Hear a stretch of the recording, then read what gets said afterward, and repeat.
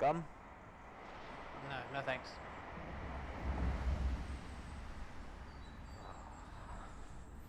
Fuck for some fresh air. You got the time? What? Time. Do you have the time? 5:15. So we've got 15 minutes. I think those pigeons would eat my gum. What? If I threw some gum down, do you think the pigeons would eat it? I don't know, maybe. I can't imagine it'd be very good for them. I mean, it's sugar-free.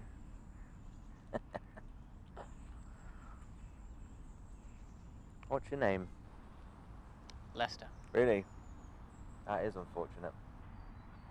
I'm Michael, by the way.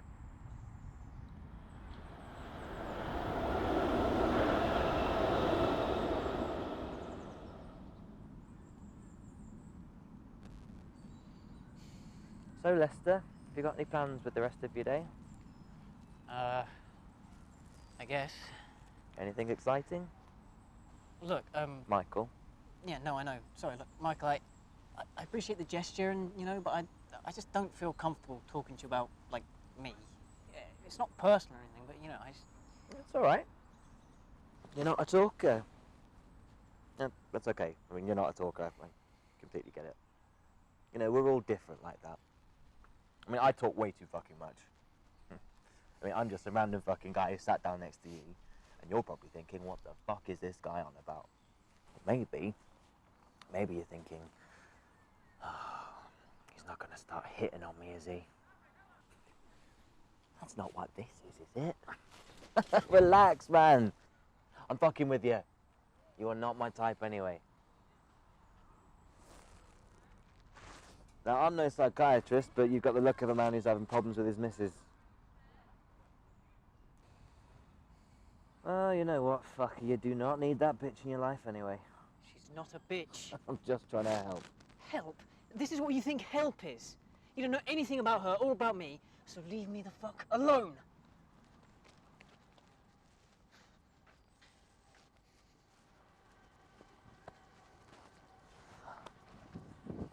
Look, wait! Please Look, just leave I'm sorry, me alone. okay? I am. Look, I was just trying to cheer you up, all right?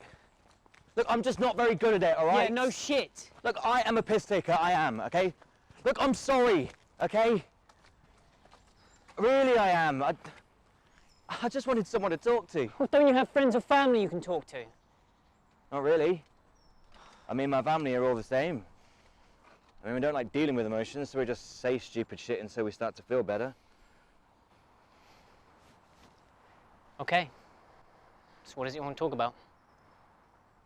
I mean, it's probably just a bit much to say to someone you just met, you know? This feels weird. Fuck. It's not easy sometimes. Yeah. I mean, dumb shit, I can talk about no problem. I can shout shit anywhere and everywhere. Now, I take the piss, people take the piss back. It's comfortable. I mean, real shit. Just delude yourself into thinking that it only becomes real when you start talking about it. You'll end up face to face with it eventually. Yeah. I'm just going to dive in at the deep end, all right? It's about my wife and I. I mentioned my wife, didn't I? I think I did. Anyway, I have a wife, and we've just been going through some shit lately. I'm trying to be there for her, but I don't know how to deal with something like this. When something like this happens, I just say something stupid that's going to make her feel better, make her laugh. But I think that when she sees me trying to be funny, she thinks that I don't care about what happened, and that couldn't be further from the truth. And then when I try and make her feel better, she's yelling at me, and then she's screaming at me, and I don't know how it started, and I don't know what else to do.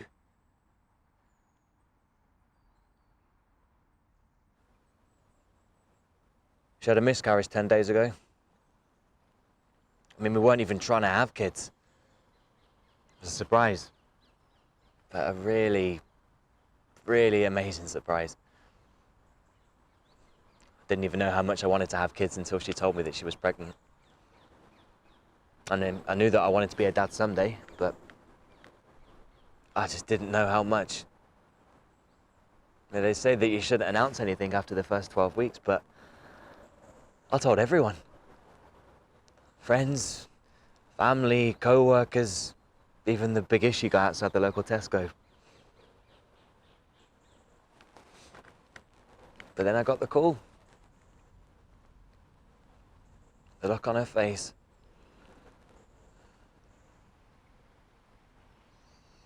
You know, they warn you about it at the appointments.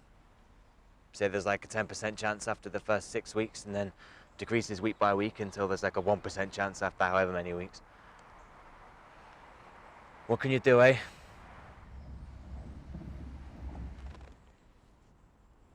Look, I don't have any experience with this kind of thing, but I think that this is something that you're both going through in different ways. You're both grieving and in pain, which is normal when something like this happens. And I get that you have your own way of dealing with this kind of thing, but I'm just being honest here. I don't think you've really considered what's best for your wife. What? I'm not saying you don't have the right to grieve your own way or anything. No, but I just think the best thing you can do for your wife right now is just be whatever she needs you to be. Because I fucking do more than anything, I'm not accusing you of not caring. Don't tell me that I haven't thought about how my wife feels. You asked me for my opinion and I'm giving it to you. I don't even know you. I'm just going off what you've told me. Maybe I'm wrong. Maybe I'm totally wrong. And if I am, then why the hell are you asking me? I don't know. All right?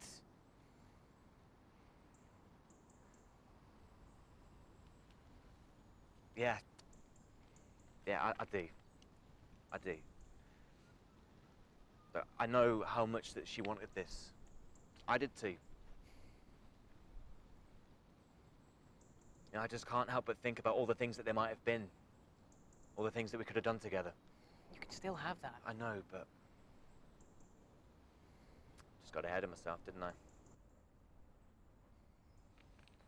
What's that saying? Life is what happens to us while we're busy making other plans. It's just the way it is. I just wish it wasn't.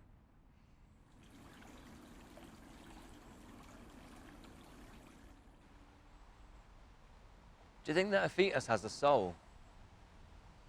I don't know. Probably not. I mean, heaven's already overcrowded as it is, right? I mean, what would a fetus even do in heaven anyway? Like, float around not being able to do anything? Because that would fucking suck. Or do you think they would, like, turn into a little kid or something? I mean, I have no idea. No, I don't even know if I believe in any of that. God and the afterlife and all that shit. No, I'd like to think that it was real. So I could see my friends and family again one day, you know?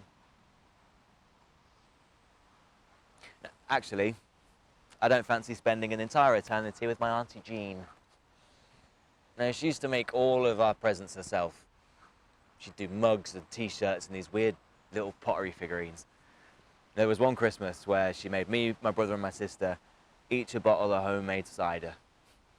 Now, I've never drank an entire bottle of fermented piss, but if I did, it would taste a bit better than that fucking cider. Now, you reap what you sow, and well, she couldn't sew for shit.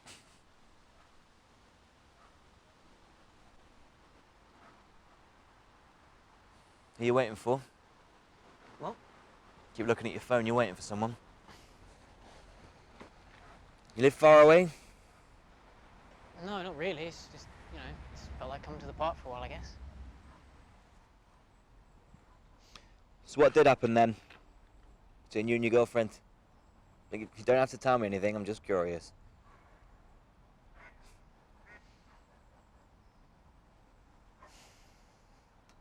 We broke up a couple of months ago. Well, actually, she broke up with me. She said she just couldn't do this anymore. can't say I blame her, really. I know I'm not the easiest person in the world to live with. It's just, you know, it's just reopened some old wounds, I guess.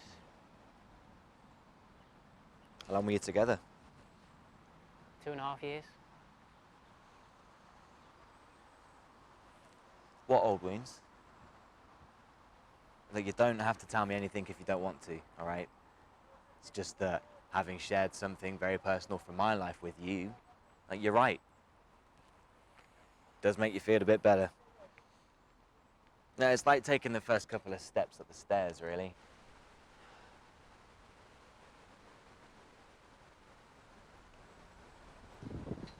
My relationship with Erica, it was good. It was really good. I mean, we had our ups and downs like every couple.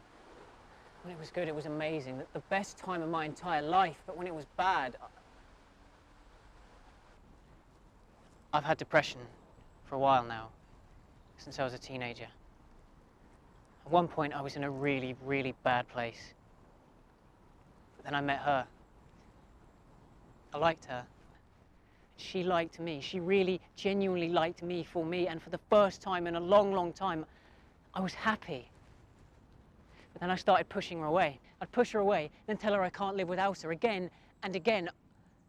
I drove away the woman I love more than I honestly thought it was even possible to love. It made me feel, you know, you start telling yourself, you're not good enough, you're not interesting enough, you're not enough. Everyone will be so much better off without you. You know, I tried to jump off a building once. Yeah, I went there late at night when nobody was around. I stood next to the railing for a little while. I felt the wind against my face. I looked up at the stars in the sky, and I remember thinking to myself, should I give it just one more day? I climbed over to the other side of the railing. My heels were on the concrete, and my toes were on nothing. I let go of the railing, and I held my arms out wide. It was like I was flying. I was free. For the first time, I had control of my own life. I was about to lean forward, but then I heard a voice. There was a man to my left. I don't really remember what he looked like, but we spoke for a while. The police showed up a few minutes later. I looked down at the concrete below, took a deep breath, and I started to lean forward, but then somebody grabbed me, got me by the chest, and pulled me back over the railing. And they stuck me in an ambulance and sent me to the hospital. I never found out who that man was, and I never saw him again. But he saved my life. Well, aren't we a couple of miserable fuckers, eh? I'm sorry. I'm still bad at this. Yeah, you are. You are awful in these situations. I mean, it's a good job that I wasn't there to talk you down. You'd have leapt immediately. Is that the only time that you've tried to... It's the closest I've come. Made my school life an absolute nightmare. See, once everybody found out about my little incident, kids started torturing me over it. You know, they'd actually say things to me like, stop being a pussy and fucking kill yourself. I mean, they were brutal at your school. Yeah.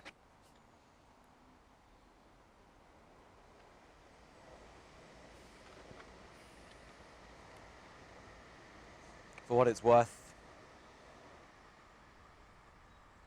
I'm sorry that you had to go through that. No one deserves that shit. Thanks.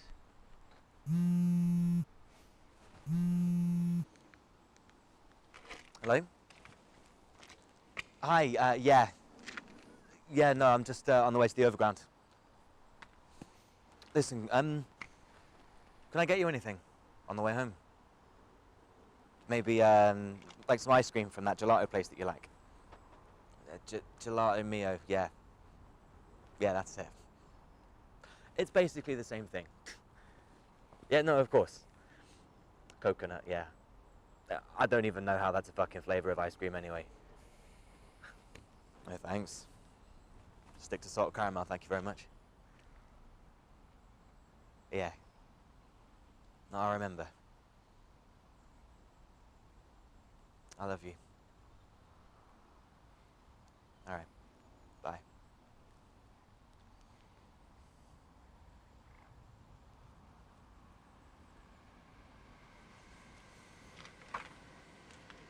Look, thank you for today, for listening to me.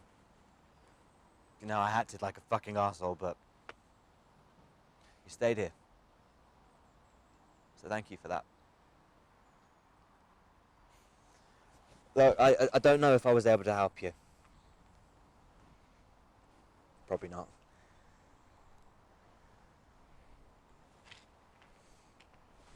Look, here's my card.